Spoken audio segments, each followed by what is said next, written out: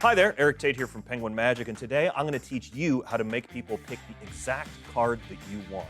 Being able to force a card is a foundational element for card magicians, and I can't wait to teach you 5 different ways to force a card. But before we get into it, do me a favor, hit that like and subscribe button and ring that bell so that you'll be notified the next time we put up great content like this for you to see. So, just to keep things square today, while you can force any playing card, you're going to know exactly when I force a playing card on you because I'm going to be using this card right here so that you know that it's the card I wanted you to pick. The first one we're going to learn is the crosscut force created by Max Holden. So after you have apparently given the deck a shuffle, and if you want to learn how to keep this force card exactly where you want it, go check out our video on my top 5 favorite card sleights for beginning magicians. So you would have somebody cut the deck, and then you would take this and you would mark the cut like that. Ask them if they feel like they had a completely free choice in where they cut, and say, let's take a look at the card you cut to, and right there, you will have forced this particular card on them. This is a great force that uses something called timed misdirection. So that force card that you want them to pick is on top of the deck. You have them freely cut the deck anywhere. Then you pick up the bottom half of the deck and place it at an angle like this. What that does is that apparently marks the place that they think they cut. This is the original top half of the deck. This is the bottom half of the deck. When you ask them if they feel like they had a free choice, that allows them some time to think about something else other than keep track of which position of the pack is the top and the bottom. Then you can have them take a look at this card, and of course, it's exactly the card you wanted. It seems like it's pretty basic, but trust me, I use this one all the time in my regular work, and it flies right under the radar. Let's take a look at the second force here. This is the riffle force. So I would have somebody run my thumb down the side of the deck like this and have somebody say stop wherever they wanted. And of course, wherever they stop, they're going to stop at the exact card that I want them to select. The riffle force is a fantastic force. What you're going to do is you're going to cut the deck. You're going to swing cut the deck so you have the deck in your right hand, and you're going to put the bottom half of the deck on top of the card, and you're going to maintain a small break right here with your pinky. But of course, from the front, they can't see that. When you run your thumb down the side of the deck, it doesn't matter where they say stop. You just lift up on the back at the break and lift up and offer this forward. And I'll give you a little tip. If you run your finger across the front of it when they've said stop in the area where they've genuinely said stop, it is more convincing when you pick up that entire packet and have them take the card that you forced on them. The riffle force is a great force. It feels very free, and you're going to love doing it in your tricks. Let's move on to number 3. Hey, real quick before we get into the other forces, if you want to get more in-depth information on these, as well as a bonus force and a really cool trick where a card vanishes from the deck and appears in the wallet, go check out the link below and find out the free version of this on Penguin Magic. We got lots of cool tutorials over on Penguin Magic that are absolutely free, and you can learn some fantastic magic from them. The third force we're going to cover today feels like they can pick any card they want. You can have them go like this, and you know what? You can spread the entire deck and just have them touch the back of any playing card. Let's say they touch this one. You're going to have them remember this card, and of course, that is the card that you forced.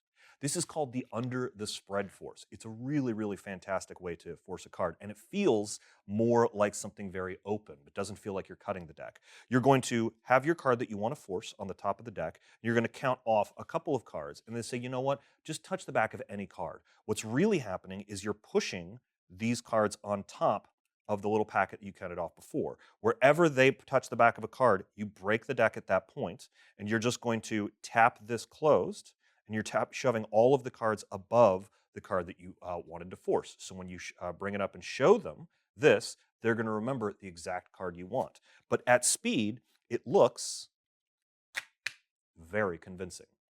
And you know what? There's a link in the description below to a completely free, more in-depth tutorial over on Penguin Magic where I teach you how to perform this force so that it looks just like this, where they can go anywhere and you don't have to count any cards off of the bottom. Let's move on to the fourth force. This is one that I use on stage all the time. Have somebody say stop wherever they want, and then you offer this card right there for them, and of course, that is the force card. This is called the Golden Force, created by Max Golden. You may have also heard of it called the Rollover Force.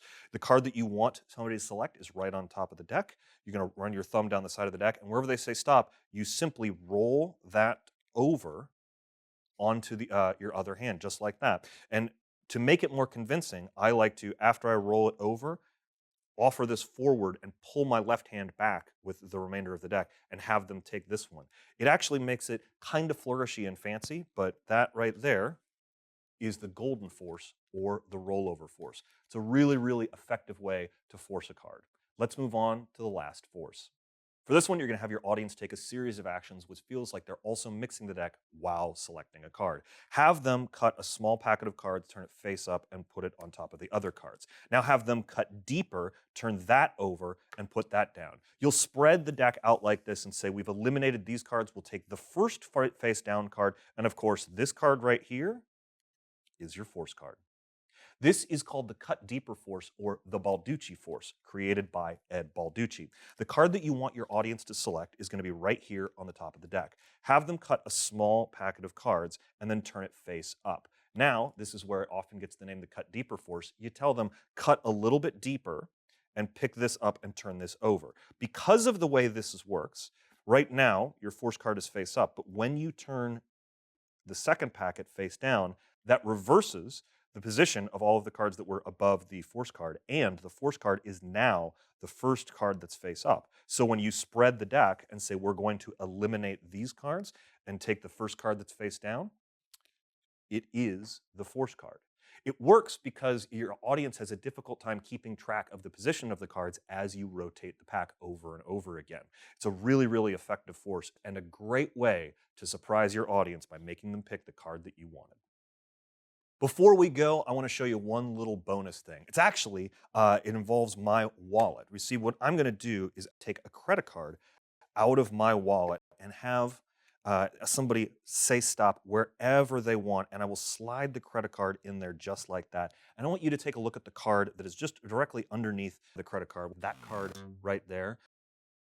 Remember that card, because now what I'm going to do is I'm actually going to make it vanish from the deck. You see, if we go through the deck right now, you'll see that your card is not in there. It's not in there at all. Not in the top, not in the middle, not in the bottom. That is because it has vanished and reappeared right here inside my wallet. This is a fantastic trick that relies on a card force that I'm going to teach you over at Penguin Magic. If you go to the link below, not only will I give you a more in-depth tutorial on all of the forces you've seen, but you'll learn this impossible card to wallet that is super easy to do.